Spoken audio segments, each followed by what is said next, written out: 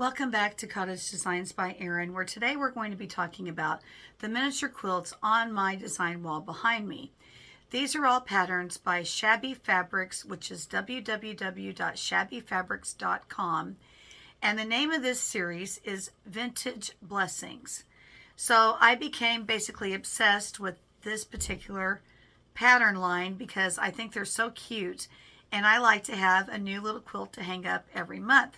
I also use these for my door on my classroom, and my daughter also likes these as well because we're trying to teach my grandchildren the months of the year in order and the seasons in order. So how I came to know about these is I received this pattern for free, which is June.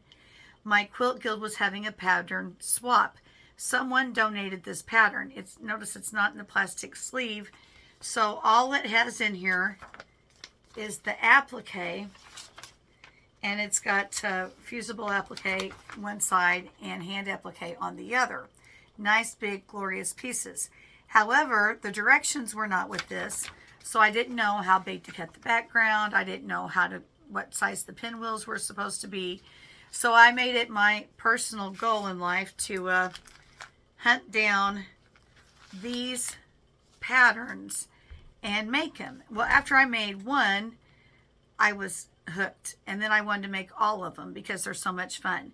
Last month, Shabby Fabrics had these on sale, and you could buy one of every month in a huge set for $100. Now, I checked today, and they no longer have that offer. Maybe they will bring it back. Some of the patterns have changed from month to month and are not what I'm going to show you because they maybe came out with an updated version of it. So this is January, which is a cute little snowman. I ended up buying the kit that goes with this. I think I bought the pattern in a lot on eBay, but I found the kit, which is much nicer because the kit has pre-fused fabric pieces that you just iron down on your background square. Also for January, they came out with mittens. Here's the mitten table runner, and then the matching mitten miniature quilt. And that is on the wall behind me at the bottom. And I will talk to you, once I go through all the patterns, then I will show you the projects up close.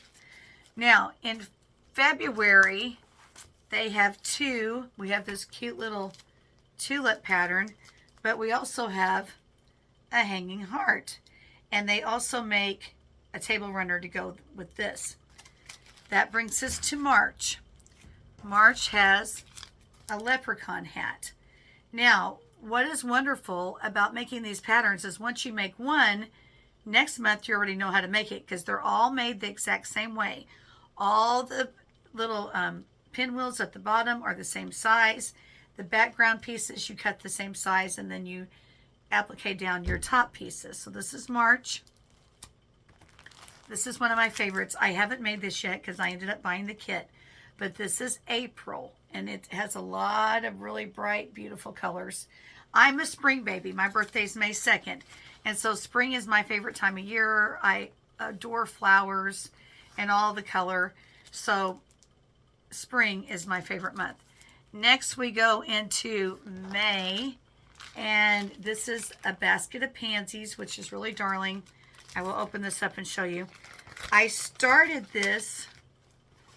It was very time consuming. Here's the basket itself. I have not cut out the pansies yet. If I had to do it over, I think I would have bought pansy fabric to put in this, but it's still cute. So that brings us to May.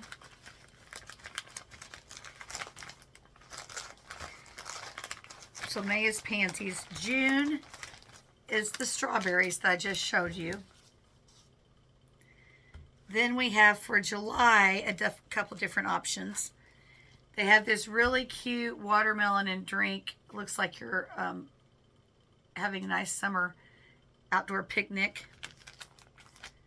They also have a sailboat for July, which I'm not crazy about. I sold that one because it's rather masculine. It's navy and burgundy. Then we have this cute little kite pinwheel. They also made a table runner that goes with this.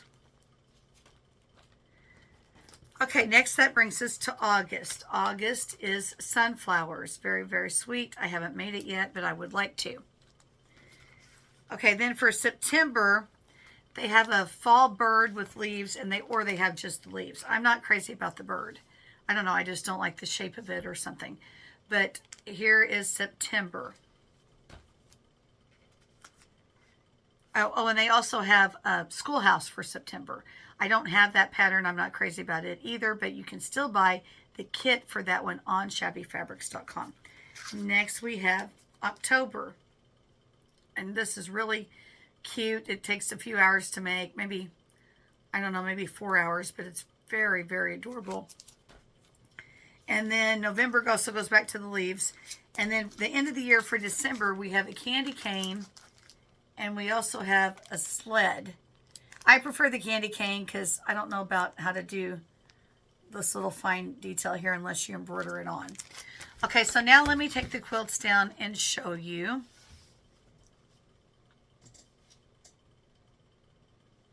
So these were January.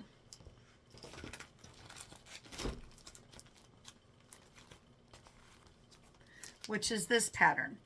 Now if you notice, this is all blue and frosty looking. I made mine red. And the reason I did this is because this is my dad's shirt. My father passed away in September of 2016.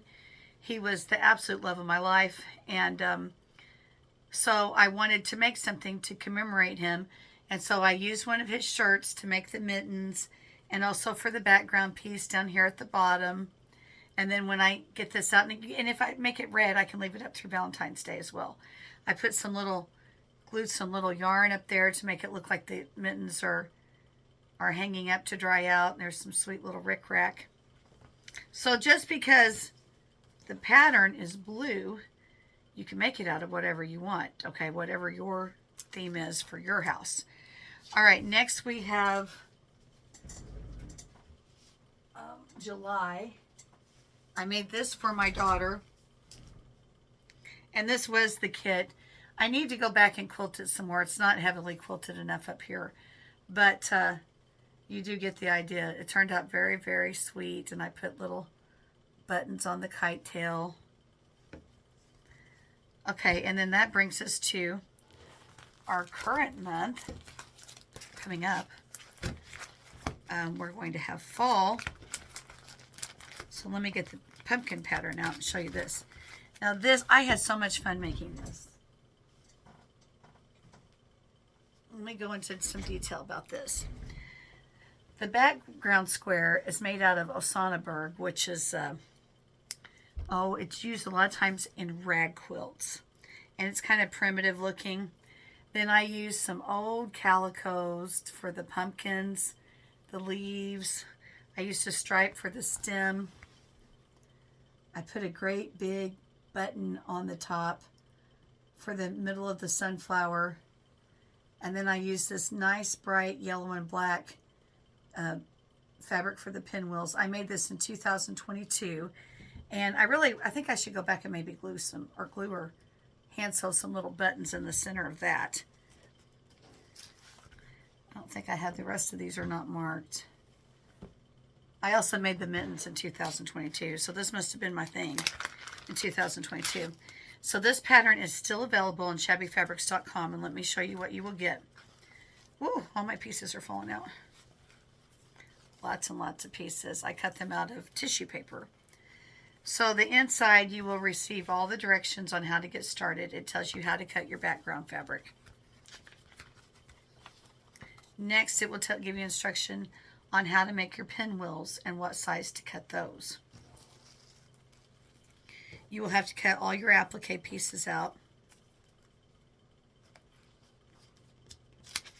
Then you are given a page with a diagram reverse for here's fusible applique. Notice all the pieces are nice and large and chunky, which makes them easier to sew and cut. And then this side is traditional applique, where you turn under the edges. So what's the difference? If you're going to hand applique, you need a larger piece so that you can turn under the edges.